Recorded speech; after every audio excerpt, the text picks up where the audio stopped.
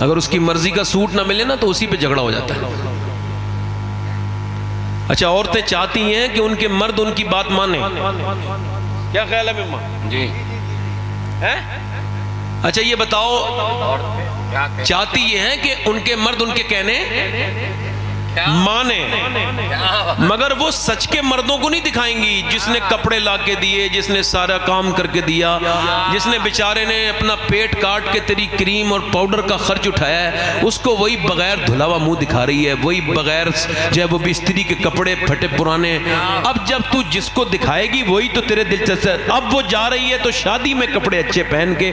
इससे ये पूछो जाहिल, जहां तू जा रही है और वही तुझे बिगड़े हुए बेकार मनहूस किस्म के बदतरीन लोग देखेंगे, जो मोहल्ले के सबसे बेकार होते हैं, वही शादियों में ताकते हैं। तो उनसे जाके अब पूछ तू कैसी लग रही है, तुझे वो बताएंगे। आला हज़रत फरमाते औरत को अपने मर्द के लिए पर्दा करना, अपने मर्द के लिए मेकअप करना चाहिए। इस्लाम ने कहा इस वजह से कि इसकी तबीयत इधर उधर न जाए, अपनी बीबी पे उसका दिल बिल्कुल मुतमईन रहे और उसके लिए वो मेकअप भी करे। अल्लाह के रसूल की बेटी सैयदा फातिमा ज़हरा का तरीक़ेकार ये था कि मौला अली फरमाते हैं फातिमा ने अपनी पूरी जिंदगी में कभी मुझसे कुछ नहीं मांगा।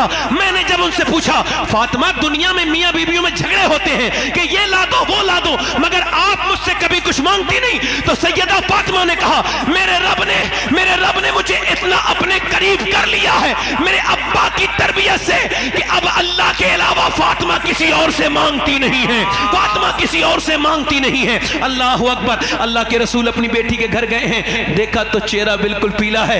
ये कौन है? ये शहजादी रसूल है। कोई शहजादी इनके बराबर हो सकती है? अरे कैसे हो सकती है? अम्मी आयशा फरमाती है फातिमा ज़हरा वो हैं जिनका चेहरा हुजूर की तरह, जिनके होंठ हुजूर की तरह, वो चले तो हुजूर की तरह लगे, वो बोले तो हुजूर की तरह। हुजूर ने फरमाया फातिमा कुछ चेहरा कमजोर है, क्या हुआ है? अच्छा सुने, कुछ बातें सुन ले। हुजूर एक दिन एक और दिन हुजूर अपनी बेटी को बुलाने के लिए गए। कहां गए बोलो? अच्छा, तो हुजूर अंदर गए तो सैयदा ने कहा जी अब्बा तशरीफ लाएं। तो कहा फातिमा मैं बुलाने आया हूं आपको, चलें? बहुत अच्छी बात। कहने लगे नहीं जाऊंगी। अब्बा मैं कहा फातिमा क्यों? कहा मेरे सरताज अली जो घर पे नहीं है, पहले उनकी इजाजत लूंगा। क्या बात है, क्या बात है, पहले उनकी इजाजत। वाह, पहले उनकी इजाजत उसके बाद अल्लाह अकबर। अच्छा हुजूर को नाराज होना चाहिए था यार, अली की क्या मेरे सामने क्या अली? मैं वैसे भी हुजूर के सामने अली क्या है? कोई कुछ नहीं, वो जो ना थे तो कुछ ना था और वो जो ना हो तो कुछ ना हो। क्या बात। हुजूर नाराज नहीं हुए, बेटी की पेशानी को चूमा और फरमाया फातिमा तुझे अभी तक मेरी बातें याद है? सुभान अल्लाह, सुभान अल्लाह, सुभान अल्लाह। कुछ गैप गुजरा ना, कुछ गैप, तो हजरत अली भी आ गए। हुजूर ने फरमाया यार अली तुम आ गए, मैं आपका इंतजार कर रहा था। जी हुजूर क्या हुक्म है? फरमाया वो फातिमा को बुलाने आया था, तो ये कहती हैं कि जब तक आप इजाज़त नहीं देंगे तो हजरत अली ना आगे अंदर गए और हाथ पकड़ के बोले ये आपने क्या किया? मैं गुलाम हूँ हुजूर का, चला जाना चाहिए था। और रोने लगे हजरत अली। सैयदा ने हाथ पकड़ के कहा मेरे सरताज आप बिल्कुल भी दिल थोड़ा ना करें, कि आपकी मर्जी से जाना ये मेरे अब्बा की मर्जी है। क्या बात है, वाह वाह वाह वाह मियां, वाह वाह वाह वाह, आपकी मर्जी से जाना। जिंदाबाद। आज बेटियां जरा सी प्रॉब्लम में है थोड़ी सी, तो आप और चढ़ा देते हो उनको, घर बिगड़वा लेते हो, थाने कचहरी करते हो। हुजूर ने आवाज दी मेरी बेटी को क्या हुआ है? सब बेटी वाले बैठे हैं यहाँ पे, किसी की नहीं है तो बहनें होंगी। कहा फातिमा को क्या हुआ है?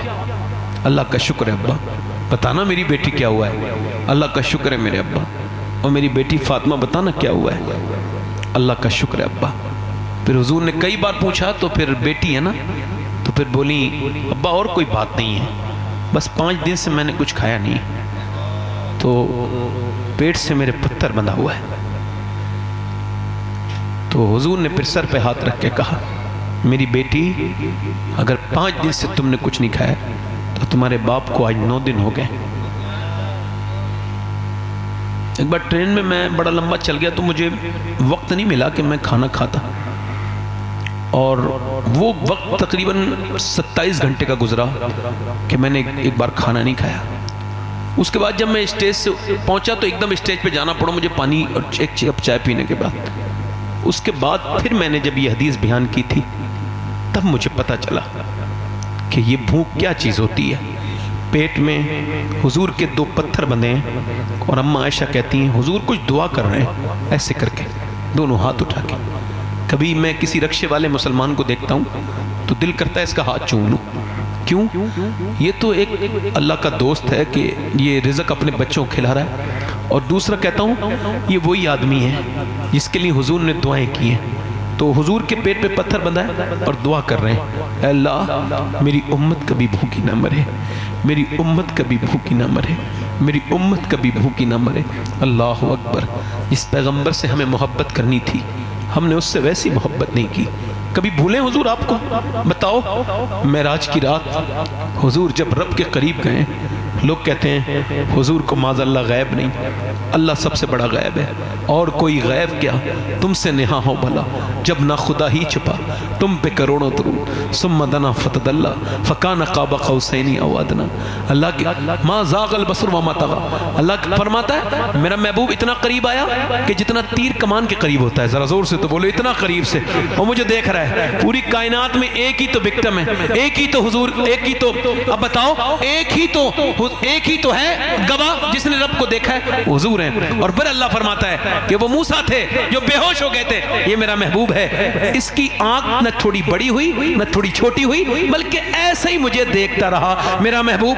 अब उसमें मांग क्या रहे हैं? उसमें क्या मांग रहे हैं? उसमें अपने उम्मती के बारे में बात कर रहे हैं, मेरे रब मेरे उम्मत का सवाल। अब जब कब्र में रख दिया गया हुजूर को तुरबत अथर में, हुजूर की कब्र शरीफ जहां है वो अर्श से अफजल जगह है। हुजूर को जब कब्र में रख दिया गया, आखिरी बात कर रहा हूं मेरे भाइयों, हजरत अब्दुल्ला इब्न अब्बास कहते हैं मैंने हुजूर को आखिरी बार देखना चाहा तो फिर मैंने कफन हटाया हुजूर का मुबारक, तो कहते हैं हुजूर के लब हिल रहे थे, मैंने कान रखा तो कहा किसी ने पूछा किसको याद कर रहे थे? बोलो बोलो, अबू बकर को, अपने सिद्दीक को? नहीं नहीं। अपने उमर को? नहीं नहीं। अपने अली को? नहीं नहीं नहीं। अपनी फातिमा को बेटी को? नहीं नहीं। हसन हुसैन को? कहा नहीं नहीं। हुजूर के लब हिलते थे और हुजूर कहते थे उम्मती उम्मती उम्मती उम्मती उम्मती। बस ये आखिरी तकरीर से ये गुजारिश है, कम से कम 10 मिनट हुजूर के लिए निकालो और एक 10 मिनट दुरूद शरीफ पढ़ा करो कम से कम दिन में। अपनी बातें सबसे शेयर ना करो, रब से शेयर करो और जो मिल गया उस पर शुक्र अदा करो। वालिदैन अगर हैं, ये अज़मत वालिदैन प्रोग्राम है, चूँकि हर साल होता है तो मैंने उस टॉपिक पे कई बार गुफ्तगू की है, उस पर गुफ्तगू नहीं कर रहा हूँ। बस इतना कह रहा हूँ माँ बाप बगैर मरे समझ में नहीं आ सकते। मैं क्या कह रहा हूँ बोलो? अभी नूर भाई पढ़ेंगे, आप सब सुनेंगे इंशाल्लाह। बगैर मरे माँ बाप समझ में नहीं, और फिर बाद में समझ में आए भी तो। ये फैशन है हिंदुस्तान का कि पहले बाप को रुलाएंगे फिर उसकी मैयत पे रोएंगे बाद में, दिखावे के लिए। जीते जी उसके हाथ चूमो। हाँ कि मेरे कत्ल के बाद उसने जफा से तौबा, हाय उस जोरे पशेमा का पशेमा हूँ। बाप की तरह कोई दोस्त नहीं हो सकता, बाप बड़ा है। बाप की खिदमत करो, माँ बाप से प्यार करो, माँ से प्यार करो और अपने रब से तौबा किया करो, सजदों में अपना दिल लगाओ। देखो मैंने आज आपको क्या बात समझाई है, जब भी कोई प्रॉब्लम आनी है आपको तो सुन्नत रसूल ये कि तो तुम्हारी औरतें बेपर्दा बिल्कुल फाहिशाओं की तरह मेकअप करके वहां जाएं, बगैर मेकअप के शादी नहीं होने देंगे। ये कौन सी सरकार ने कहा है? बताओ ना भाई।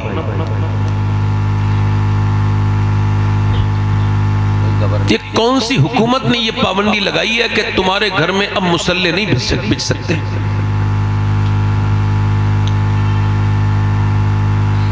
कौन सी हुकूमत ये कह रही है कि तुमने कुरान नहीं पढ़ना है? कौन सी हुकूमत है ऐसी?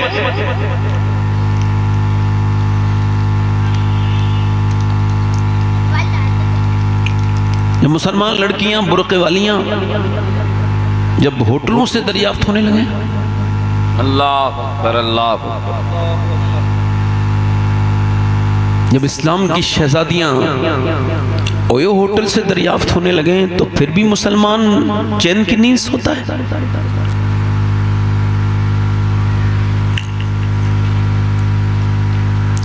छोटी छोटी बच्चियां जब घरों में थिरकने लगे, गाने गाने लगे, डीजे बजाने लगे, आप सबसे पूछ रहा हूं मेरे भाइयों, फिर इसका क्या, आप इसका क्या समझते हैं, इसका अंजाम क्या होगा?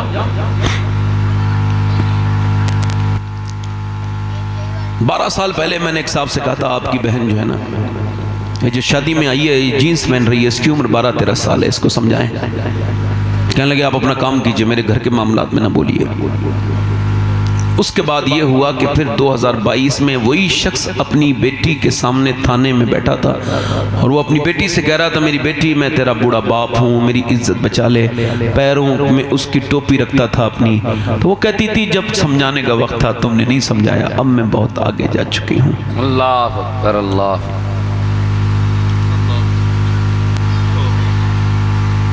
जब हम, अल्लाह ने हमको दिया है दौलत बतेरी, मगर फिर भी हम जब मालदार रिश्ता देखने लगे, हम एक दूसरे का खून पीने वाले लोग हैं, खून पी गए हम एक दूसरे का। शादी बड़ी बड़ी की है तुमने, बड़ा नाम हो गया भाई, खाना बड़ा अच्छा था, मैं तो जाती ही नहीं किसी शादी में। अल्लाह का शुक्र है, अल्लाह का फजल है, नहीं जाता मैं, इसमें शरीक नहीं हूं और इंशाल्लाह होऊंगा भी नहीं। कुछ बातें ऐसी हैं जो मैं आज मिंबर पे आपको बता रहा हूं, जो मेरे दिल को बहुत तकलीफ देती है कि जब तेरे घर की शादी के चंद लुक़्मे खाने बाप आया था, उसकी बेटी भी आई थी, तो बेटी ने 2-3 लुक़्मे खाए मगर उसको वो हजम नहीं हुए। वो रात भर यही सोच के सो ना पाई कि मेरा बाप तो मजदूर है, इतना पैसा कहां से लाएगा।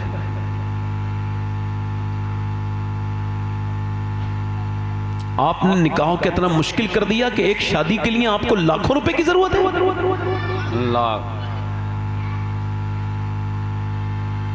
सीधी सादी शादी करने में आपकी इंसल्ट होती है। लोग क्या कहेंगे? लोग ये कहते हैं इन्ना लिल्लाहि व इन्ना इलैहि राजिऊन, और कुछ नहीं कहते लोग। क्या बात है। साहिल के तमाशाही है डूबने वाले पर बहुत अच्छा। अफसोस तो करते हैं मगर इमदाद नहीं करते। हाजी हज करके आया है मगर बात क्या कर रहा है, ओ मेरे बेटे के लिए कोई अच्छा जहेज देखो, वो 1,500 आदमी आएंगे, बस उसका खिदमत कर देना उनकी। यानी ये इतना बड़ा भूखा है और ये बेवकूफ है, बल्कि कहो भिख मंगा है ये कि दोस्ती यारी तो इसने है, रिश्तेदारी भी है, वो अपने घर नहीं खिला सकता बेचारा, तो दूसरों के कांधे पे रख के ये बंदूक छोड़ना चाहता है। ये बदतमीज आदमी है, इसका दिमाग खराब है। आज के जमाने में अगर कोई नौजवान ऐसा लड़का हो, मैं सैयद हूं, इस महफिल में उसका हाथ चूमने के लिए तैयार हूं, जो ये ऐलान करे कि मैं जब शादी करूंगा बिल्कुल सुन्नत के हिसाब से करूंगा, बगैर किसी जहेज के, एक कप चाय भी नहीं, वैसे ही करूंगा जैसे मुस्तफा ने की थी। और याद रखो, कायनात में कोई इतना बड़ा नहीं हो सकता, बल्कि हुजूर की जूती के बराबर भी नहीं हो सकता। मेरे हुजूर ने अपनी बेटी, ना हुजूर की बेटी की तरह किसी की बेटी है, ना हुजूर के दामाद की तरह किसी का दामाद है। बेटी फातिमा है जो जन्नती औरतों की सरदारा है, अली दामाद है जो सारे वलियों का सरदार है, मगर शादी मस्जिद में की जा रही है और दुनिया को बताया जा रहा है कि इंसान बड़ा खर्चा करने से नहीं होता, इंसान बड़ा अल्लाह को राजी करने से होता है। अल्लाह के करीब होना चाहते हैं तो उससे बेतकल्लुफ हो जाइए। हुजूर फरमाते हैं तुम इतने बेतकल्लुफ हो जाओ कि नमक तक अल्लाह से मांगो, उससे अपनी बातें कहा करो। तो आप लोग कभी इस पे ये ना करें कि ये कोई कहेगा तब सुभान अल्लाह कहेंगे, आप तो खुद ही सुभान अल्लाह कहें। 90 नेकियां भी मिलती हैं और 90 गुनाह भी माफ हो जाते हैं। जरा बोले तो जरा सुभान अल्लाह और माशाअल्लाह। मदीने में एक आदमी चरवाहा है, वो बकरी चरा रहा है। अब चरवाहे बड़े समझदार तो नहीं होते मगर खतरनाक बहुत होते हैं। तो वो चरवाहा जो है वो देख रहा है कि उसकी बकरी को एक भेड़िया उठा के ले गया है। सीरत की किताबों में लिखा है कि वो भेड़िया जब उसने देखा तो इतना बड़ा वो चालाक और खतरनाक इंसान था कि उसने भेड़िए के मुंह से अपनी बकरी छीन ली। और जब बकरी को छीना ना तो भेड़िए ने उसे हैरत से देखा और देखने के बाद वो ऊपर चढ़ गया और उसमें उसको अल्लाह ने ये करम किया कि इंसान की जबान दे दी भेड़िए को। मालूम क्या बोला, तुझको शर्म नहीं आती, अल्लाह ने मेरा गिज़ा बनाई है ये बकरी और तू मेरी गिज़ा मेरे मुंह से छीनता है। उसने माथे पे हाथ मार के कहा, ये क्या मामला है, ये जानवर हैरत है कि जानवर इंसान की जबान बोल रहा है।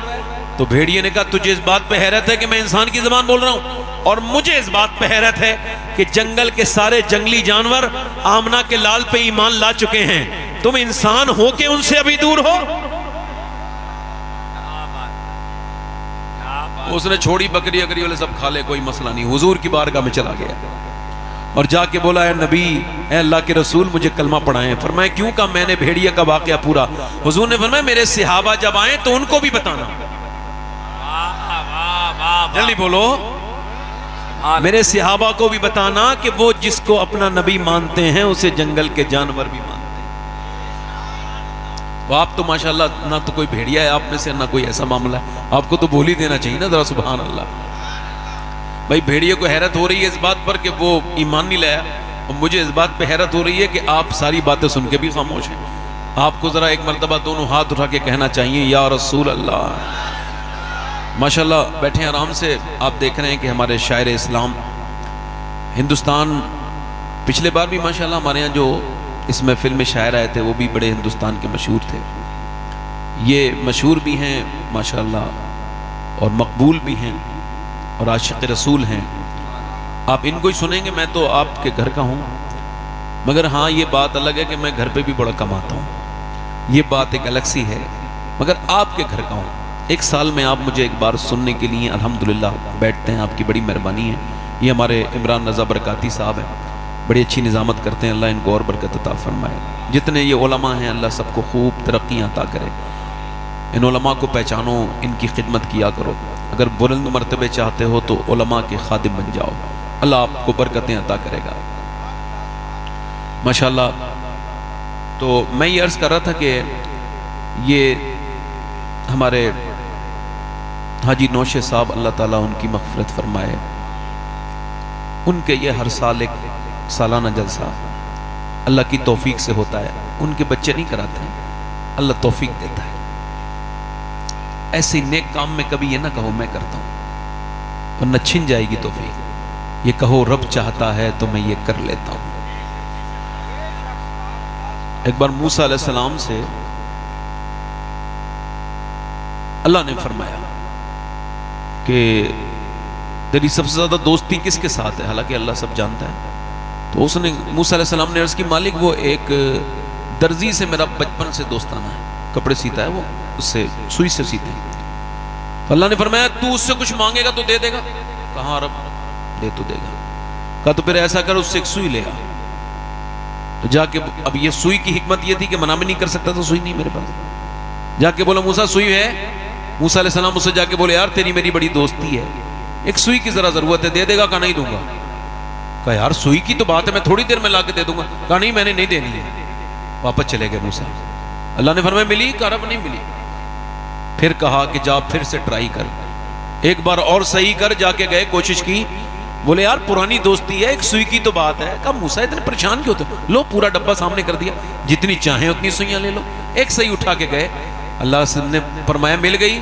कर मिल तो गई, मगर बात समझ नहीं आई, वो पहले भी मेरा दोस्त था, वो बाद में मेरा दोस्त था, दरमियान में कोई झगड़ा भी कोई नहीं हुआ, मगर पहले साफ इनकार, इसके बाद डब्बा सामने, समझ नहीं आई। अल्लाह ने फरमाया ज्यादा दिमाग ना लगाओ मूसा, बात यह है उसके दिल में पहले ना देने वाली बात भी मैंने डाली थी और बाद में देने वाली बात भी मैंने डाली है।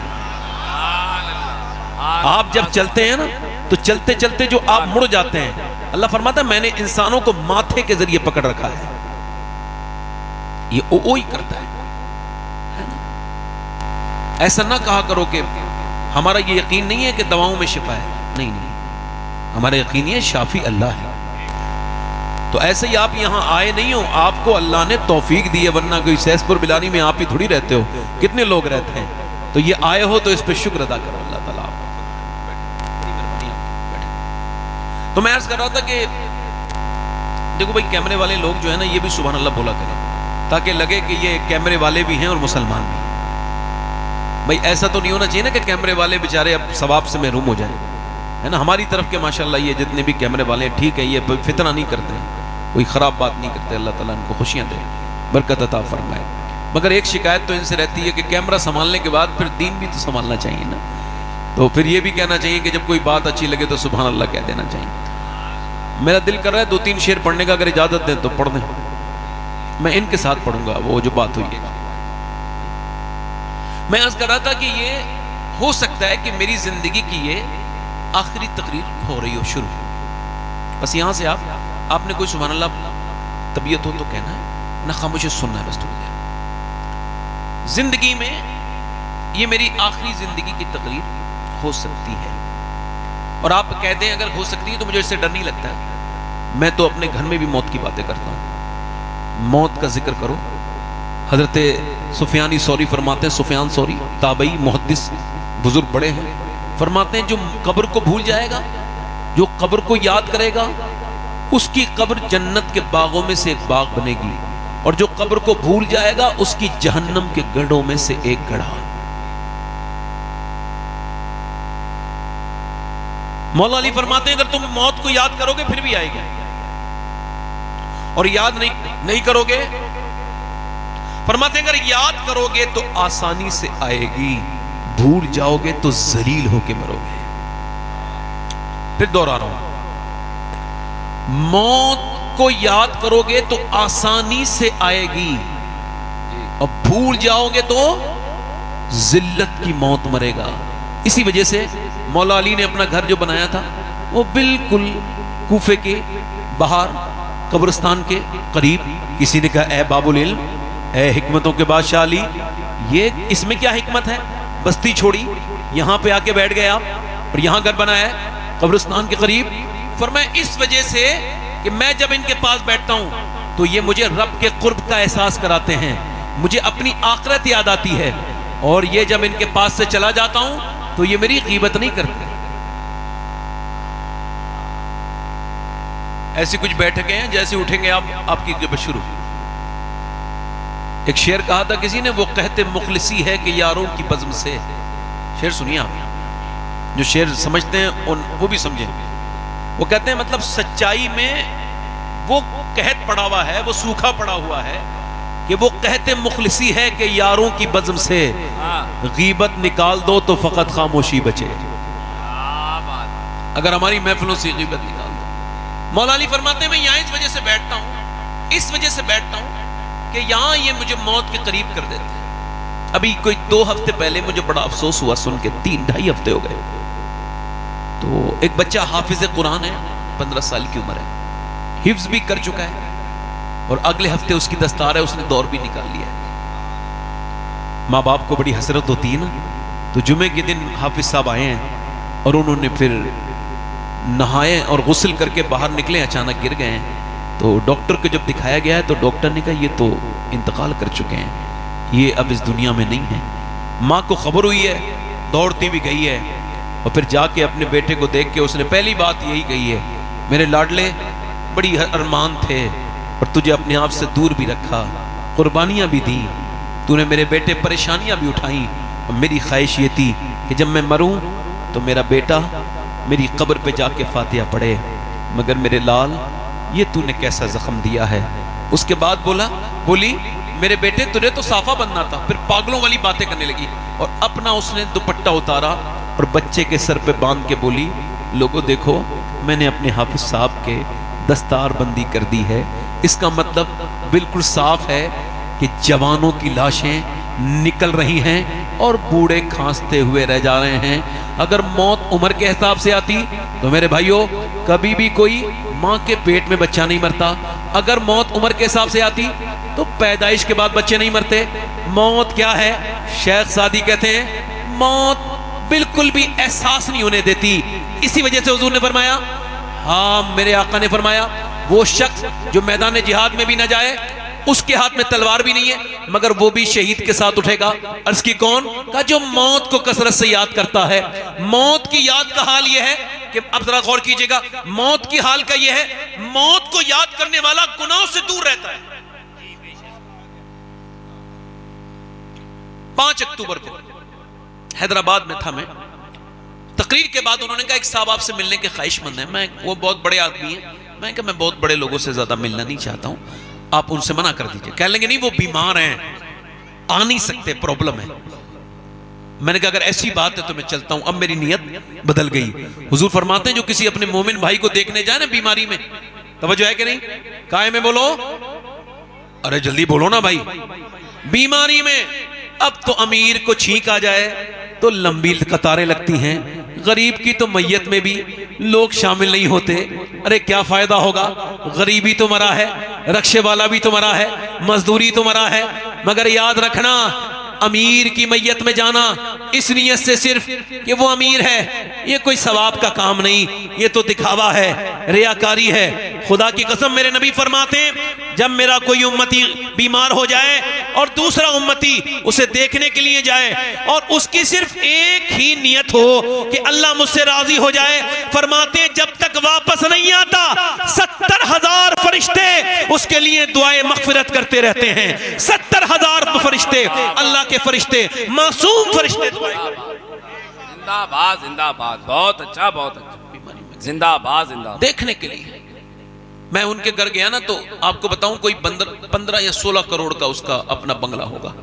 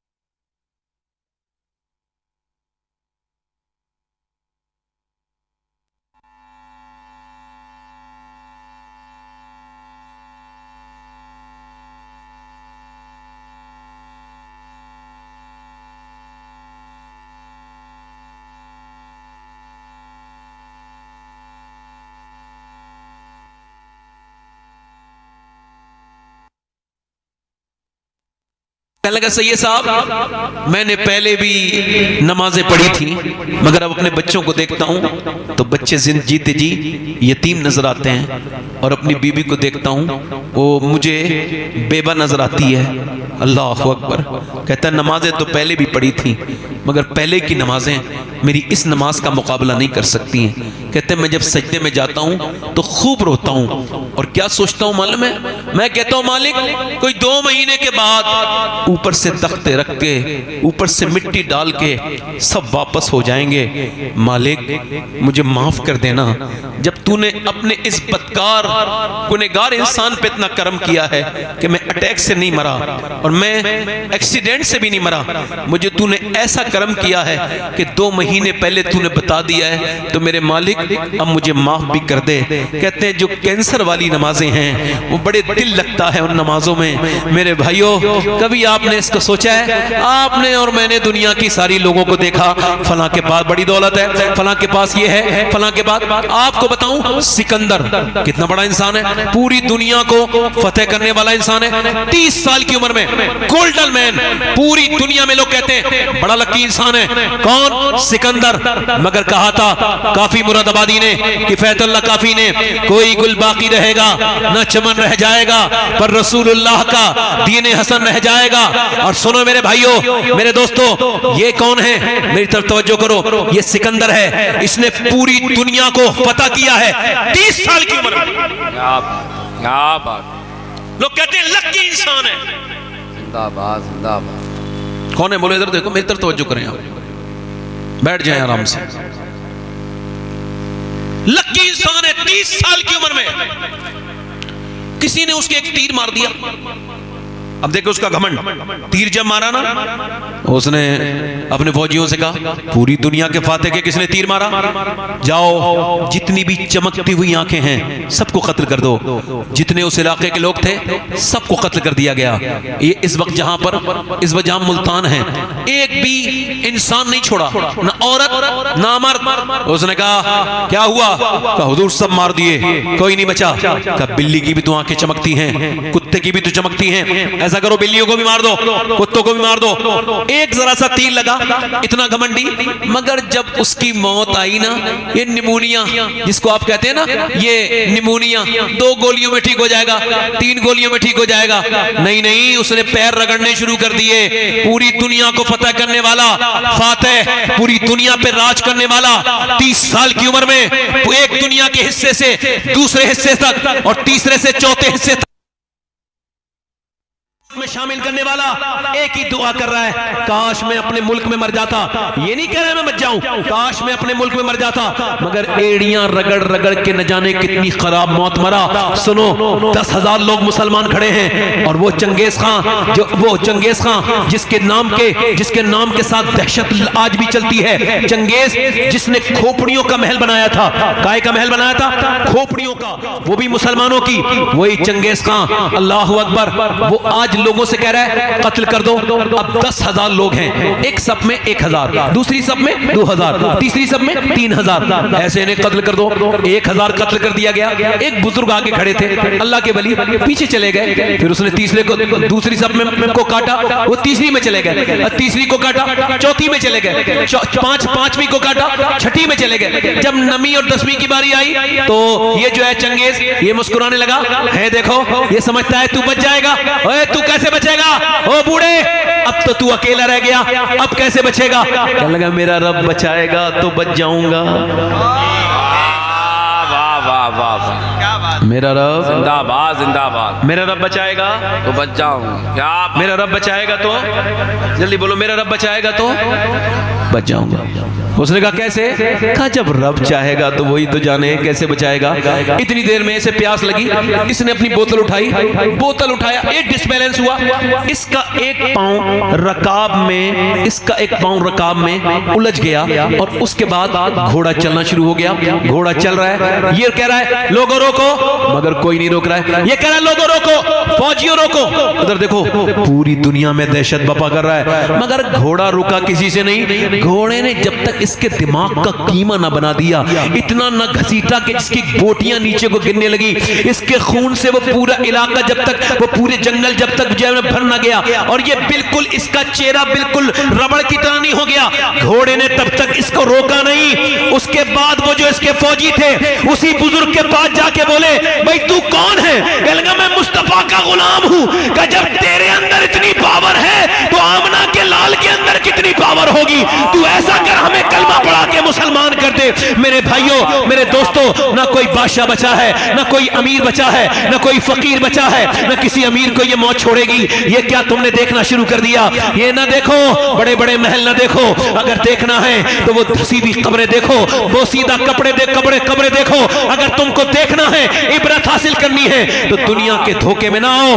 बादशाहों के कपड़े ना देखो, फकीरों के फटे हुए कपड़े देखो, उनके कफन देखो। अतलसो कम ख्वाब की पोशाक पर नाजा ना हो, इस तने पे जान पर खाकी कफन रह जाएगा। दुनिया जब ये देखने चाहती है कि अमीरों की लाशें कहां हैं, तो अमीरों के तुमको मस्कर नहीं मिलेंगे, ना तुमको सिकंदर की खबर ढूंढने पर मिलेगी, ना चंगेज खान तुमको मिलेगा, ना आपको कोई बड़ा अकबर और बाबर की खबरें तुमको मिल सकती हैं। वो दुनियादार जो थे वो मिट गए और उन्हें जमाने ने मिटा दिया। बल्कि मिटाया नहीं, बल्कि उनकी खोपड़ियां ऐसी भयानक बन गई और उनकी खोपड़ियों से सारी खालें खींच दी गई। वक्त ने उनको नंगा कर दिया, उनको जलील कर दिया। बादशाहों की जिल्लत दुनिया ने देखी, अमीरों की जिल्लत दुनिया ने देखी। कहां गया वो फिरौन जो कहता था मैं रब हूं, आज वो जलील होकर खत्म हो गया। दुनिया का ना कोई फिरौन बचा है, ना कोई बचेगा। बचेगा कौन? बचेगा वो जो आमना के लाल से वफादारी करेगा, बचेगा वो जो रसूल जी वकार से वफादारी करेगा। और वो बचा ऐसा है कि कोई गलिया शरीफ में चमक रहा है, दुनिया जाकर के देखे कि बादशाहों की खबरें नहीं मिलेंगी, मगर आज भी मेरे साबिर अलाउद्दीन का आस्ताना चमक रहा है। देखो दिल्ली में निजामुद्दीन चमक रहे हैं, तो फिर करियल में साबिर अलाउद्दीन चमक रहे हैं, कि चोजा में मखदूम अशरफ चमक रहे हैं, जाकर के देखो तो फिर अजमेर में मेरा मोइनुद्दीन चिश्ती चमक रहा है, बगदाद में गौसे आजम चमक रहे हैं। आवाज आ रही है, कोई गुल बाकी रहेगा ना चमन रह जाएगा, पर रसूलुल्लाह का दीन हसन रह जाएगा। नारे तकबीर, वाह वाह वाह वाह मियां, जिंदाबाद जिंदाबाद जिंदाबाद मियां, जिंदाबाद। तुमको जरा सी ईको कम करे, थोड़ा सा जरा सी तुमको तकलीफ हुई है, तुमने इसके सामने रोना शुरू किया, तुमने इसके सामने तुमने अपनी इज्जत खत्म करवा ली। अरे वाह वाह वाह वाह वाह मियां, जिंदाबाद। इसके सामने रोए हो? सुभान अल्लाह। हाँ सुनो मेरे दोस्तों, मेरे भाइयों, पूरी कायनात में इधर देखो जितने गम मेरे नबी ने सहे, अब हमें क्या फर्क पड़ता है भाई, हमारे घर से तो कुछ नहीं हुआ है अभी। हाँ जब हो जाएगा तो फर्क पड़ेगा। सही बात है। अब देखें कि मुसलमानों ने सारी बातें हुकूमत पे रख दी। अभी कोई पाबंदी लगी है मस्जिद में नमाज पढ़ने में? बताएं। अच्छा ये कौन बात है? नारे तकबीर, नारे रिसालत, फैजान औलिया किराम, हजरत अल्लामा सैयद शबाहत मियां साहब क़िबला। सुभान अल्लाह, सुभान अल्लाह, सुभान अल्लाह, सुभान। कोई लड़का अगर ऐसा हो जो ये कहे कि भाई मैं उस महफिल में उसके हाथ चूम लूंगा, उस नेक इंसान के, कि मैं जब अपनी शादी करूंगा तो अपने घर वालों से कहूंगा ना मुझे मंगनी चाहिए, ये सब खुराफात है, एक जाहिलाना रस्म है। मुसलमान शादी जब करेगा तो बगैर किसी जहेज के करेगा। जब उससे कोई पूछे क्यों, का इस वजह से मुझे बरेली के इमाम का ये शेर समझ आ गया है। का कौन सा शेर? का कौन देता है देने को मुंह चाहिए, देने वाला है सच्चा हमारा नबी। पीछे वाले जरा जोर से बोलो, देने वाला है सच्चा, जल्दी बोलो, देने वाला है सच्चा। इसी वजह से कार तो मिल गई जहेज में, मगर बेचारे पेट्रोल नहीं डलवा पा रहे। और मदीने वाले जब अता करते हैं तो कार भी देते हैं और पेट्रोल भी देते हैं। वाह वाह वाह वाह वाह, बेचारे बेच लेते हैं, या फिर कहीं भूस के कोटे के बराबर में खड़ी रहती है। हैसियत नहीं थी ना, ले ली जिद करके, औकात से बाहर की चीज है ना, ये जिहालत है, बेवकूफ़ी है, बदतमीजी है। मगर मेरे भाइयों, आपको इसकी तकलीफ नहीं होती कि मुसलमानों के साथ, मगर आपको बता रहा हूं, जब कोई दिक्कत हो, जब कोई परेशानी हो, चूंकि मुझे ज्यादा देर गुफ्तगू नहीं करनी है इस वजह से कह रहा हूं, जब कोई दिक्कत हो, जब कोई परेशानी हो, आज मैं आपको पूरी जिंदगी का निचोड़ खुल के दे रहा हूं। देखो कोई अपना राज नहीं देता, मैं राज खोल के जा रहा हूं। दुनिया में इससे बेहतरीन कोई जगह नहीं है, इसमें इससे बेहतरीन सिलेंडर करने की कोई जगह नहीं है। ये जो लोग कहते हैं इसके सामने रोए, इसके सामने रोए, अपनी परेशानी बताओगे और परेशानी बढ़ेगी। मौला अली फरमाते हैं सबके सामने रोगे, फरमाते हैं तो रब के सामने नहीं रोगे, और रब के सामने रोगे तो सबके सामने नहीं रोगे। हुजूर की सुन्नत है। सुनो मेरे भाइयों, सुनो मेरे भाइयों, आपको कितनी तकलीफें आई हैं। हुजूर फरमाते हैं सारे नबियों की तकलीफ अगर एक पल्ले में रख दो और मुझ मोहम्मद की तकलीफ एक पल्ले में रख दी जाए, तो फरमाते हैं मेरी तकलीफ का पल्ला भारी हो जाएगा। मैंने जितने गम, जितने दुख, जितने दर्द सहे हैं, इतने किसी ने नहीं सहे। मगर एक आप ज़ईफ हदीस भी नहीं सिखा सकते कि मेरे नबी पाक सल्लल्लाहु अलैहि वसल्लम ने कभी रोने के लिए किसी का कांधा तलाश किया हो, किसी के कांधे पे सर रख के मेरे नबी रोए हो। नहीं नहीं, मेरे मुस्तफा ने खुद भी और पूरी दुनिया के अपने उम्मतियों को यह पैगाम दिया है। अम्मी आयशा फरमाती हैं कि मेरे नबी पाक किसी के साथ साथ तो कभी नहीं रोए, मगर जब रात होती थी तो मेरे नबी पाक इतना लंबा सजदा करते थे और हुजूर के इतने आंसू निकलते थे कि मेरे नबी पाक के आंसू घर के बाहर को निकल जाते थे। मेरा इमाम कहता है आंखें रो रो के सुजाने वाले, जाने वाले नहीं आने वाले। सुनो मेरे भाइयों, जब कोई तकलीफ आए तो बस मुसल्ला बिछाओ और रब से कह दो, क्या बात है,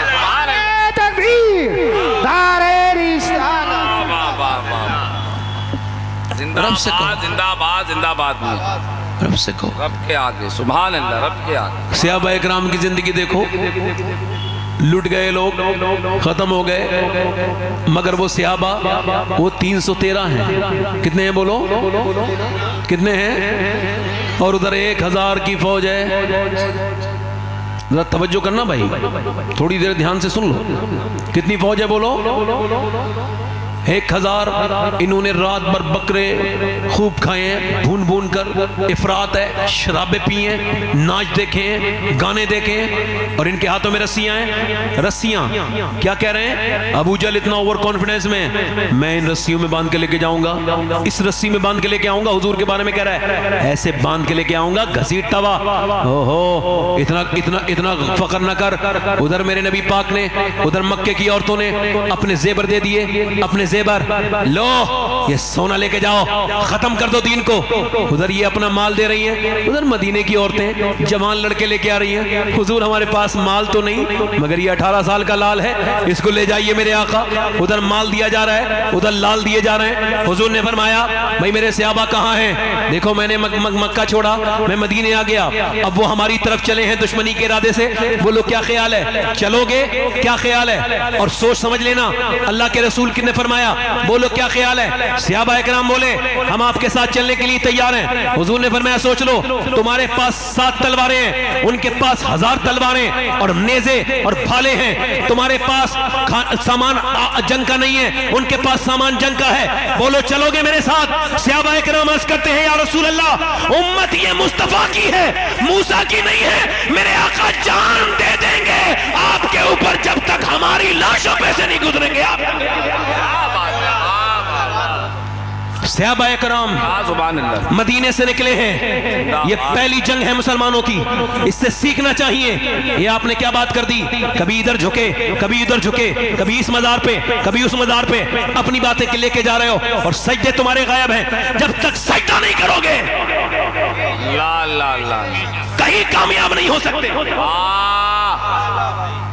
अजमेर गए और अजान हो गई, नमाज नहीं पढ़ी तुमने। या अल्लाह, या वाह। कभी इस मियाँ के सामने झुक गए, कभी उस मियाँ के सामने, कभी इसके सामने अपनी बातें कह दी। सुनो मेरी बात, मैंने नबी पाक ने सहाबा इकराम को जब तैयार किया, चलने लगे सहाबा। अच्छा ये बताओ वो कैसे सहाबा इकराम थे? कभी आपने इनके बारे में गौर किया? सहाबा के सुनो, उनके कपड़े फटे हुए थे, उन्होंने क्या किया था? खजूर चूस के रोजा रखा था। 7वां रमजान है, नबी पाक के गुलाम निकल रहे हैं और ये सहाबा इकराम निकल रहे हैं। उधर यहूदी छतों पे खड़े हैं और मजाक उड़ा रहे हैं। ये देखो मुसलमानों की, ये लड़ने गए उस फौज से जिसके पास नेज़े हैं, जिसके पास, इनके पास क्या है? ओ क्या है तुम्हारे पास? क्यों जा रहे हो? खुदकुशी करने जा रहे हो? न तुम्हारे पास तलवार है, न नेज़ा है, तुम्हारे पास क्या है? तो वो सहाबा इकराम कहने लगे, ओ यहूदियों सुनो, हम तलवार पर भरोसा नहीं है, हमें तो अपने सरकार पर भरोसा है। वाह, जिंदाबाद। अरे क्या बात है मियां, सुभान अल्लाह, सुभान अल्लाह, वाह। और सुनो, बस इसी बात को बयान करके मैं अपनी तकरीर को आखिर तक लेके जाऊंगा, मगर थोड़ी देर थोड़ा ध्यान दें। हुजूर गए, आपको मालूम है मैं क्या कह रहा था आपसे? एक मुसलमान की इज्जत क्या है ये आपको तो नहीं खबर ना। एक ईमान क्या है? 10 लाख लड़कियां मुसलमानों की चली गई, मुसलमानों को नींद भी आती है, रात को वो सुकून से सो भी पाते हैं। कुछ गैरत वाले लोग हैं, आपको बताऊं, एक मुसलमान की ईमान की अहमियत समझना सिर्फ, और ध्यान से सुनना, जीस की आखिरी हिचकी है, गौर से सुन, जिंदगी भर का खुलासा इसी आवाज में है। ज़ैद बिन हारिसा कहते हैं कि वो जब इस हदीस को बयान करते थे हुजूर के मुंह बेले बेटे, तो उस दिन हजरत ज़ैद बिन हारिसा तो वो रोते थे। क्या कि जब नबी पाक के ऊपर पत्थर मारे गए, जब हुजूर के ऊपर कंकरी मारी गई, पत्थर मारे गए, और वो कहाँ है? ताइफ में। हुजूर बैठते हैं तो हुजूर को उठा के मारते हैं, फिर उठ जाते हैं तो फिर बैठ के मारते हैं। हुजूर को सरकार एक पांव उठाते हैं, दूसरा, इतने आपके मारे गए, इतनी आपके कि ज़ैद बिन हारिसा कहते हैं हुजूर की पंडलियां फट गई मेरे नबी पाक की, और फिर हुजूर को कहते हैं मैं हुजूर को उठा के और लेके आया बाग में, लहू लुहान है पूरा जिस्म मेरे पैगंबर का। मेरे ताया बचपन में जब ये बात ताइफ वाली बयान करते थे तो उनकी आंखों में मैंने मोटे मोटे आंसू देखे थे। वो कहते थे बेटे जब तुम्हारा इश्क रसूल थोड़ा हल्का होने लगे तो हुजूर के इस ताइफ को याद कर लेना कि उस पैगंबर इस्लाम पे पत्थर मारे गए और कितने, एक दो नहीं, पिंडलियां फटी हैं, पूरा जिस्म लहूलुहान है। ये मेरे पैगंबर की ये शान है कि ज़ैद बिन हारिसा कहते हैं उत उत्बा बिन रबिया का बाग था, हुजूर का दुश्मन था, मक्के का था मगर उसकी प्रॉपर्टी यहाँ पे थी, यहाँ पर रहता था। उसने कहा ये देखो बहुत बुरा किया है इनके साथ। अपने गुलाम अद्दास से कहा लो ले जाओ और ले जाके उनको ये अंगूर खिलाओ। हुजूर के पास वो अंगूर आए। अब तवज्जो करना, हुजूर ने बिस्मिल्लाह शरीफ पढ़ी और बिस्मिल्लाह। अब जब हुजूर ने अंगूर खाया तो उसने कहा आप बिस्मिल्लाह क्यों पढ़ रहे हैं, यहाँ तो कोई बिस्मिल्लाह नहीं पढ़ता। फरमाया तुम कहाँ के रहने वाले हो? कहा मैं नैनवा का रहने वाला हूँ। सरकार ने फरमाया जहाँ के यूनुस हैं? अर्ज की जी मैं वहीं का रहने वाला हूँ। अगर आप यूनुस को कैसे जानते? सरकार ने फरमाया वो भी अल्लाह के नबी थे, मैं भी अल्लाह का नबी हूँ। तो वो जो गुलाम था ना, वो आगे बढ़ के हुजूर के हाथ में हाथ देता है कि आप मुझे कलमा पढ़ा दें, मैं कलमा पढ़ने के लिए तैयार हूँ। ज़ैद बिन हारिसा कहते हैं लहू लुहान इतने सरकार कि एक दिन अम्मी आशा ने पूछा या रसूल अल्लाह ये जो ओहद के पहाड़ वाले ओहद की जंग में आप पर जुल्म हुआ है और ये जो आपके चचा के नाक कान काट के उनके कलेजे को चबाया गया है और ये जो मुसअब बिन उमैर की लाश पर जो ये आपको क्या पता ये इस्लाम क्या है? मुसअब बिन उमैर आपको पता है सबसे पहले ये हिजरत करने वाले मक्के से मदीने की पहला मुहाजिर। ये ऐसा कपड़ा पहनता था, इसकी माँ एक बार पहनने देती थी फिर दूसरी बार नहीं, मगर जब जंगे ओहद में गए ना तलवार लेके तो सिर्फ तहमत बनाए, इनके पास कमीज नहीं है। ये आगे गए और शहीद हो गए। अब अर्ज कर रहे हैं सहाबा हुजूर क्या करें, इसका सर ढके या इनके पांव ढके? अल्लाह के रसूल सल्लल्लाहु अलैहि वसल्लम के गुलामों, पैगंबर इस्लाम के दीवानों सुनो, हुजूर ने फरमाया मेरे इनका आप ऐसा करो सर की तरफ से ढको और पांव पे घास डाल दो। हजरत अमीर हमजा के पूरा कफन नहीं है और यहां से डालो, हमको क्या खबर है, इनके सर ढक दो और पांव पे इनके घास डाल दो। मगर मेरे पैगंबर इस्लाम के दीवानों सुनो, मेरे नबी पाक ने फरमाया आयशा इस ओहद वाले दिन से सख्त दिन था जब मैं ताइफ में गया था और मेरे ऊपर पत्थर मारे थे। 80 किलोमीटर दूर मेरे नबी पाक पैदल गए थे और उन्हीं जख्मों के बाद 80 किलोमीटर दूर वापस भी आए थे। जब उस अद्दास ने ये कहा ना गुलाम ने कि मैं कलमा पढ़ने के लिए तैयार हूं, तो मेरे नबी पाक ज़ैद बिन हारिसा कहते हैं इतने जख्मों के बावजूद हुजूर मुस्कुराने लगे, मेरे सरकार मुस्कुराने लगे। यानी एक आदमी ईमान लाया है तो मेरे नबी पाक इतने जख्मों के बाद मुस्कुराए हैं।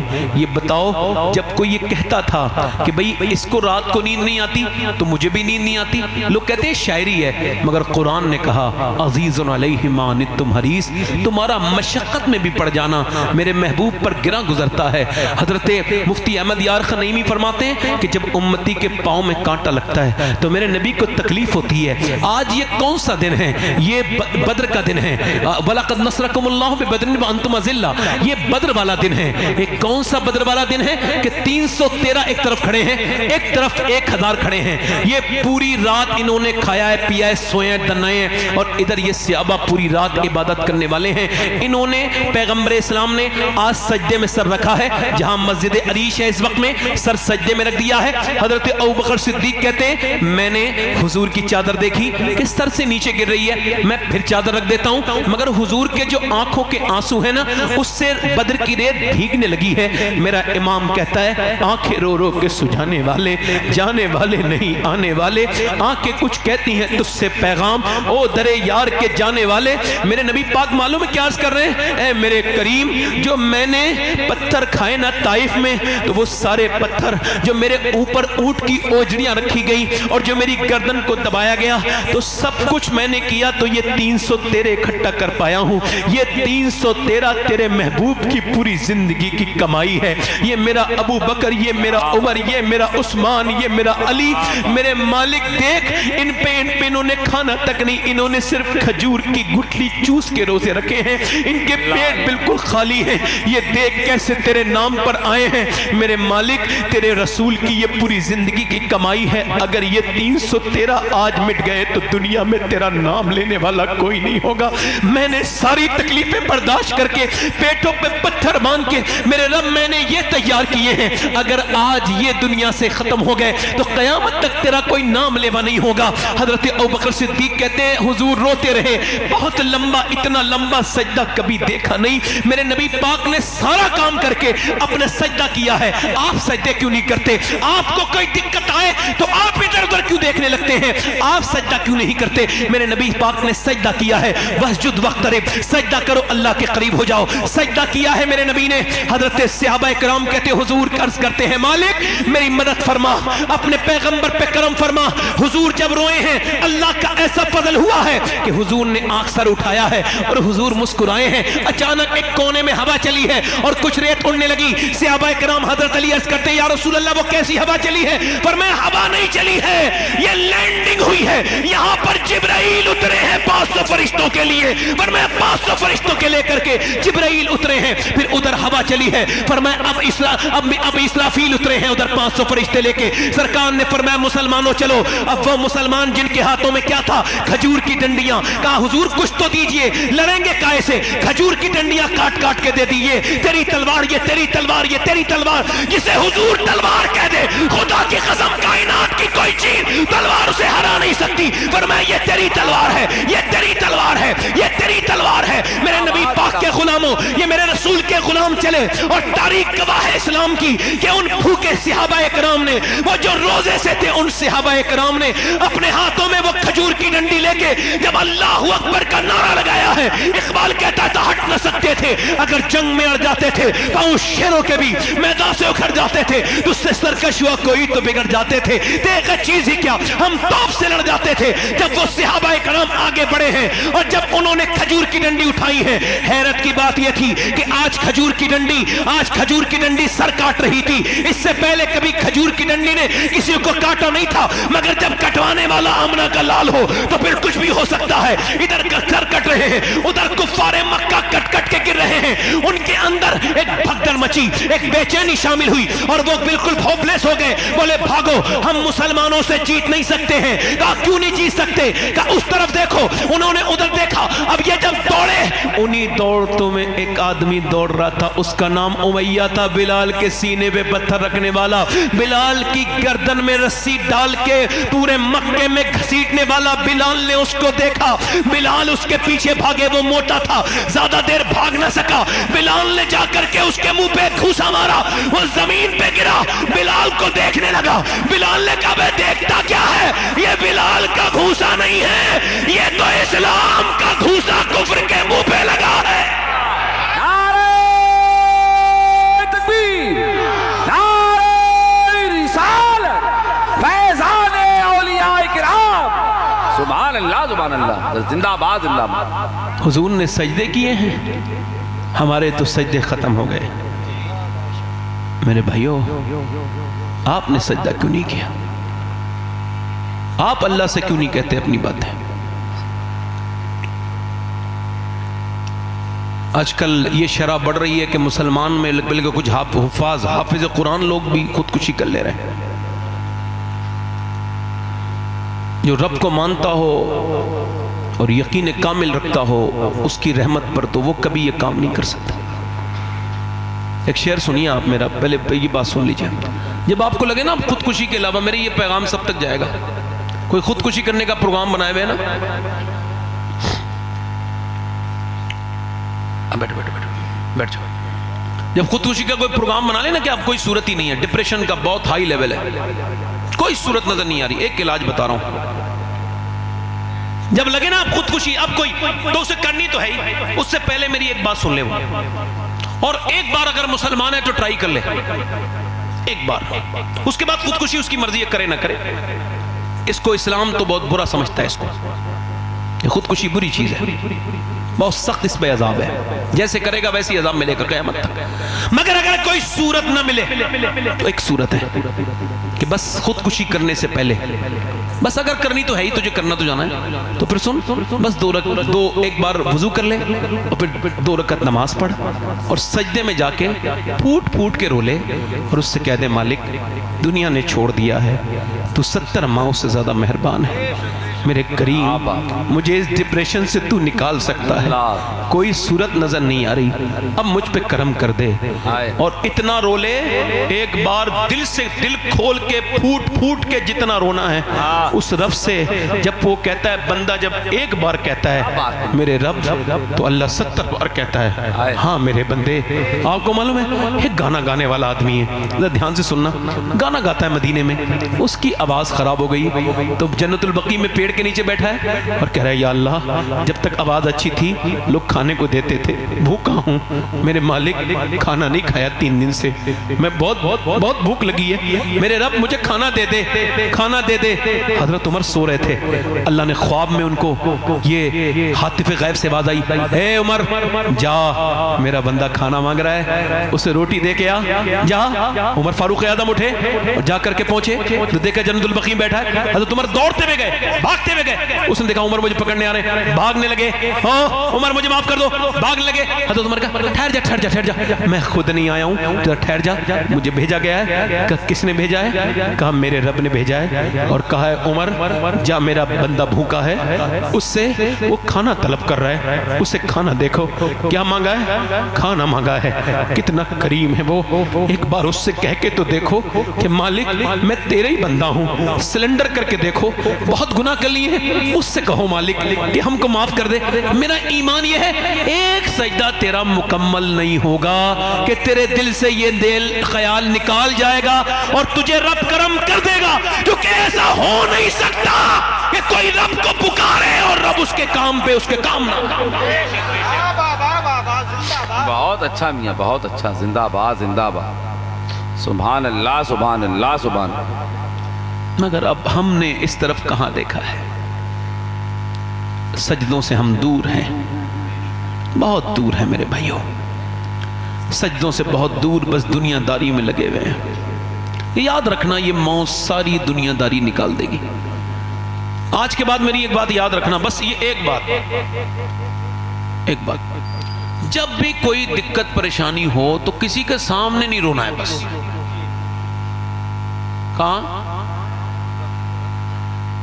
मौलाना रूम लिखते हैं, एक बादशाह था, शौकीन था शिकार का। यहाँ भी कुछ लोग बैठे होंगे शिकार के। अच्छा, शिकार के जो लोग शौकीन होते हैं शिकार के वक्त में पागल हो जाते हैं तकरीबन, वो याद ही नहीं रखते मैं कहाँ पहुंच गया हूँ, कौन सा जंगल आ गया है, बस शिकार के पीछे पीछे पीछे पीछे ओ बिल्कुल। अब वो पागल वो चला गया बड़ा दूर, अपने फौजियों से हट गया, उसके फौजी उसे ढूंढ रहे हैं, मिल नहीं रहे। वो प्यास के एक सहरा में चला गया, उसके पाँव, उसकी घोड़े की जो पाँव है उसमें बिच्छू ने काटा है, मर गया घोड़ा। अब ये बगैर सरो सामान के, अल्लाह मुझे बचा ले, मैं यहाँ रेत वाली मौत सहरा की नहीं मरना चाहता, मुझे कुछ काम करना है दीन का, मुझे छोड़ दे। था तो नेक आदमी मगर फंस गया। अब जब फंसा अल्लाह का करम ऐसा हुआ, हल्की सी आंख लगी है तो बिल्कुल सामने एक झोपड़ी नजर आई, वो झोपड़ी में गया और जाकर के उसने कहा मुझे प्यास लगी है, बिल्कुल जबान सूख के काटा थी, मौत के करीब था, प्यास पानी मिलेगा।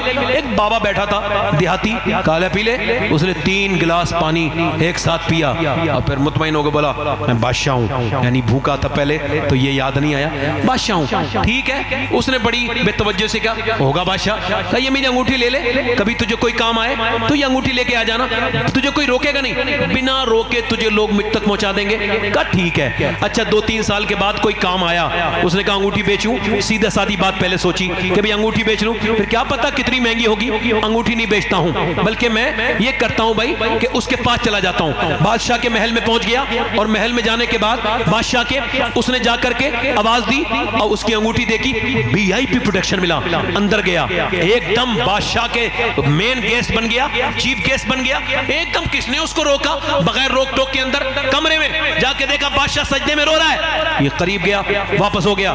बादशाह ने आवाज दी कौन आया था, उसने सलाम पहनने के बाद कहा फौजी ने कहा एक आदमी आया था, पकड़ के लाओ। कहा क्यों आए थे, कौन हो, कहा हुजूर ये अंगूठी। हाँ पहचान लिया, एक तूने मेरी जान बचाई, बोलो क्या बात है, क्या मसला है तुम्हें, हाँ कोई परेशानी आई थी, सोचा आपको बताऊं, का फिर वापस क्यों हो गए, का लंबा सफर तय करके आया, मगर जब आपको देखा तो आप भी किसी के सामने रो रहे थे, तो मैंने सोचा उसके सामने क्यों रोऊं जो किसी और के सामने रो रहा है, उसके सामने ना रोऊं जहां बादशाह भी रोते हैं।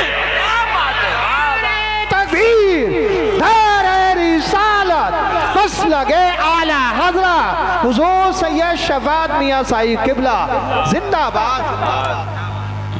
मियां बहुत बढ़िया, सुभान अल्लाह, लाजवाब। मेरे भाई कब तुम सजदा करोगे? कोई एटम बम इतनी ताकत नहीं रखता जितना एक मोमिन का सजदा ताकत रखता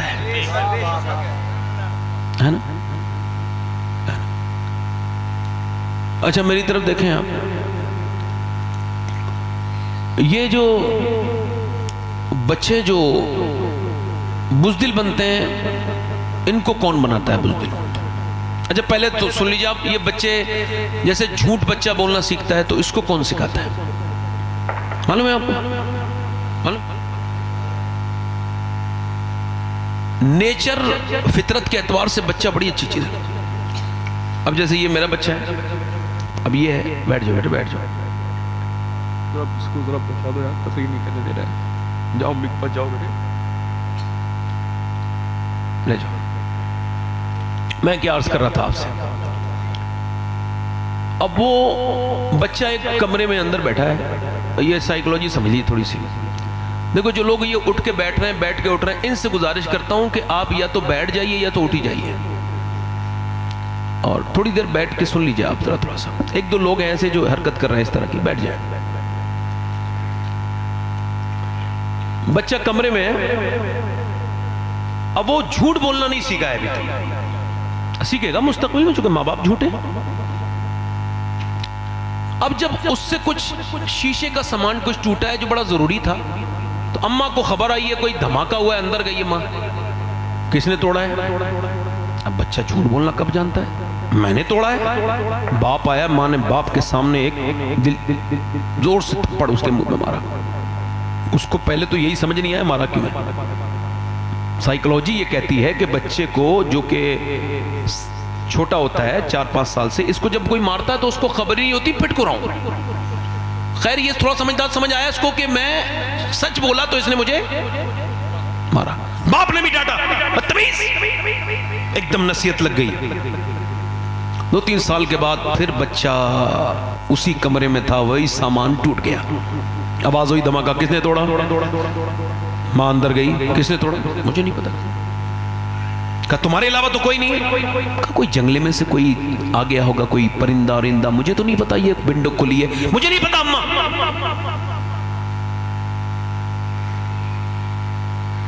अब आप बताओ ये झूठ बोलना कहां से सीखा? बोलो। अगर मां ये कह देती बेटे झूठ बोल, तुम सच बोले हो, ये बड़ा मुबारक है, ये टूट गया, कोई मसला नहीं। किसने सिखाया इसको? किसने सिखाया? अगर माँ ये कह देती कि बेटे ये तुमको झूठ नहीं बोलना है और ये सच बात तुमने बोली है, इस पे अप्रिशिएट करती हूँ, तुम्हें मैं शाबाशी देती हूँ, तो बच्चा खुश हो जाता। मगर सुने आप, गौर करें, तवज्जो करें, बच्चा सच्चा बन जाता। एक बच्चे से माँ ने कहा मेरे बेटे झूठ नहीं बोलना, वो बच्चा सफर करने जा रहा है, उसे डाकुओं ने पकड़ा है, तेरे पास कुछ है? उसने कहा मेरी सदरी के अंदर 40 अशरफियां रखी हुई हैं। अच्छा, डकैतों को लेके गए, डकैत उसको अपने सरदार के पास, हुजूर ये दावा कर रहा है इसकी सदरी में 40 अशरफियां हैं, वो भी सोने की। चेक करो, चेक करा तो अंदर 40 अशरफियां। उसने कहा, उसने डकैत ने, डाकू के सरदार ने, बेटा तुम सच क्यों बोले, झूठ बोल के बचा सकते थे। कहा मेरे लिए ये सोने की अशरफियां जरूरी नहीं है, अपनी माँ का कहना मानना जरूरी है। मेरी माँ ने मुझसे कहा था मेरे लाल, चाहे हालात कुछ भी हो तुझे झूठ नहीं बोलना है। तुम्हारा नाम क्या है? कहा मेरा नाम अब्दुल कादिर जीलानी है। आगे बढ़ के बोला, जरा हाथ आगे बढ़ा, मुझे भी जरा तौबा करा दे। अरे जब अब्दुल कादिर की सच्चाई का ये आलम है तो फिर मदीने के मुस्तफा का आलम क्या होगा? वाह वाह वाह वाह, जिंदाबाद जिंदाबाद, सुभान अल्लाह सैयद साहब, जिंदाबाद जिंदाबाद, बहुत अच्छा। अल्लाह के रसूल का घर है, जरा जोर से तो बोलो सुभान अल्लाह। सुभान अल्लाह सुभान। हुजूर का घर है, हुजूर मेरे आका करीम की बेटी सैयदा खातून जन्नत के घर हुजूर जा रहे हैं। बेटियों के घर जाया करो, बहनों के घर भी जाया करो। क्या बात। अब तो ये शबे बारात आई थी तो लोगों ने स्टेटस लगाए थे, देखा था हमने। पहले तो लोग माफी मांगते थे फोन करके, अब फिर मैसेज करते थे, अब वो भी खत्म हो गया, फैशन आगे बढ़ गया। अब वो कहता है स्टेटस देखो और माफ कर दो। अगर तुम्हारी 100 बार अटके तो मेरा स्टेटस भी देखो, अब मुझे माफ कर दो। कहने में ये नया है। अच्छा, कुछ लोग स्टेटस लगाते हैं, बड़ी बीमारी है स्टेटस वाली, मैंने अपनी जिंदगी में कभी नहीं लगाया। स्टेटस का मतलब होता है हालात, और हालात अल्लाह के अलावा किसी को दिखाने नहीं चाहिए, ना बताने चाहिए। क्या ख्याल है आपका? है ना? अब वो स्टेटस लग रहा है भाई। कुछ लोग तो ऐसी इतनी ये समझे बेचैन लोग होते हैं कि ये चेक करते हैं मेरा स्टेटस किस किसने देखा, फलां ने देखा, फलां ने देखा, फलां। यार उसने नहीं देखा, अरे तो उसको डायरेक्ट भेज देना यार फोटो, तुझे दिखाना ही है तो इतना परेशान क्यों है? मगर लोगों की ज़हनियत कौन बदलेगा? ये स्टेटस देखो। अच्छा पहले के लोग, आपको याद होगा, आप में से शायद किसी को याद हो, पहले खत का रिवाज था, खत लिखे जाते थे, न ये मोबाइल था न टेलीफोन था। अब एक खत आया है और वो खत पढ़ा जा रहा है मोहल्ले में बैठ के। देखो कहां से कहां दुनिया आगे नहीं बढ़ी, पीछे चली गई दुनिया। इस देखो खत पढ़ा जा, खत लिखा है शहर से, सब कह रहे हैं अब खत सुने, आप कैसे हैं, आप कैसे हैं, आप कैसे हैं, आप फला बच्चा कैसा है। पड़ोसन एक बूढ़ी औरत भी है, वो भी आके बैठ गई है, इसका भाई क्या पता मेरे बारे में कुछ लिखे। पड़ोस वाली बूढ़ी अम्मा कैसी हैं, बूढ़ी अम्मा रोने लगी कि मेरा नाम भी इसके भाई ने ले दिया। क्या मोहब्बतें थी, क्या वो। अब तो माँ बहनों के घर जाया करो, भाइयों के अपनी बेटियों के घर जाया करो। अल्लाह के रसूल अपनी बेटी के घर गए। आखिरी बात सुना रहा हूं, ध्यान से सुनना। हुजूर अपनी बेटी के घर आवाज दी, फातिमा के अंदर आ सकता हूं? आवाज आई, अब्बा अकेले हैं तो आ जाए। तो हुजूर ने फरमाया मेरे साथ इमरान आए, उन्हें न लाएं। फातिमा उन्हें क्यों न लाऊं? अब्बा उन्हें न लाएं। फातिमा उन्हें क्यों न लाऊं? अब्बा उन्हें न लाएं। जब हुजूर ने कई बार पूछा तो अंदर से आवाज आई, अब्बा आपकी बेटी के पास उतने कपड़े नहीं है कि वो किसी दूसरे मर्द से पर्दा कर सके।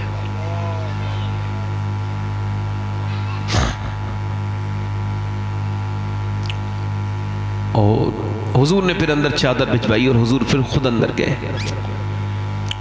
आवाज दी, देखा तो पूरा चेहरा पीला है और आंखों में गड्ढे पड़े हुए हैं, गड्ढे पड़े हुए हैं। उर्फ़े आम में गड्ढे कहते हैं, आंखों में गड्ढे पड़ रहे हैं। कहा क्या हुआ है फातिमा? कहा अल्लाह का शुक्र है। तो मेरी बेटी बताना, आज तो बेटी आके पहले फोन पे बता देती आपको सर सजदे में रखना है, कभी कांदा तलाश नहीं करना है, मुसल्ला तलाश करना है। ठीक है, अल्लाह ताला आपको हर किसी दुनिया के किसी इंसान के सामने न रुलाए, जब भी रुलाए अपने नहीं रुलाए। यूं ही आबाद रहेगी ये दुनिया, हम ना होंगे तो कोई हमसा होगा, कोई गुल बाकी रहेगा ना चमन रह जाएगा, पर रसूलुल्लाह का दीन हसन रह जाएगा। काफी मुरादाबादी ने जब अंग्रेजों के सामने झूल रहे जाले थे उस पर, वो फांसी के फंदे पर, तब उन्होंने अजमते अहले बैत बयान की है। का नाम शाहाने जहां मिट जाएंगे, लेकिन यहां हश्र तक नामो निशाने पंजतन रह जाएगा। अतलसो कम ख्वाब की पोशाक पर नाजा न हो, इस तने बेचान पर खाकी कफन रह जाएगा। आप सबका सलाम कह दूं, मैं मदीने जा रहा हूं 5 दिन के बाद, कह दूं जाया करो मदीने। ये अल्लाह का शुक्र है, मेरा बेटा ये याहिया ये तीसरी बार जा रहा है। ये इस मामले में मुझसे बड़ा है कि मैंने 27 साल की उम्र में देखा था मदीना, और इसने 6-7 साल की उम्र में मदीना देख लिया, और तीसरी बार हुजूर इसे बुला रहे हैं। मैं ये चाहता हूं कि पूरी दुनिया मदीने वाले की दीवानी हो जाए। क्या बात है, आमीन आमीन अल्लाहुम्मा आमीन। ये झगड़े हमारे से खत्म होने चाहिए। सलाम दुआ करा करो, किसी मोमिन को न छोड़ो, सलाम करो। सलाम ऐसी चीज है, बाबा फरीदुद्दीन गंज शकर फरमाते तुम सलाम करो, सलाम करो, बस तुम्हारे सलाम से वो बरकतें होंगी। मैं गुजारिश करता हूँ कि अब हमारे इमरान बरकाती भाई से कि कारी गुलाम नूर मुजस्सम साहब की वो ऐलान करें, चूँकि वक्त बड़ा हो गया है, इनको छपरा जाना है। अल्लाह ताला इन पर फजल फरमाए। तौबा करें, अस्तगफिरुल्लाह रब्बी मिन कुल्लि ज़म्बिन व अतूबु इलैह इल्लल्लाहु मुहम्मद रसूलुल्लाह। मैं यही बैठा हूँ, आप लोग आराम से इंशाल्लाह सुनेंगे, पूरा जाएंगे तो नहीं इंशाल्लाह। लक़द काना लकुम फ़ी रसूलिल्लाहि उस्वतुन हसना। सदक़ल्लाहुल अज़ीम। अस्सलामु अलैकुम।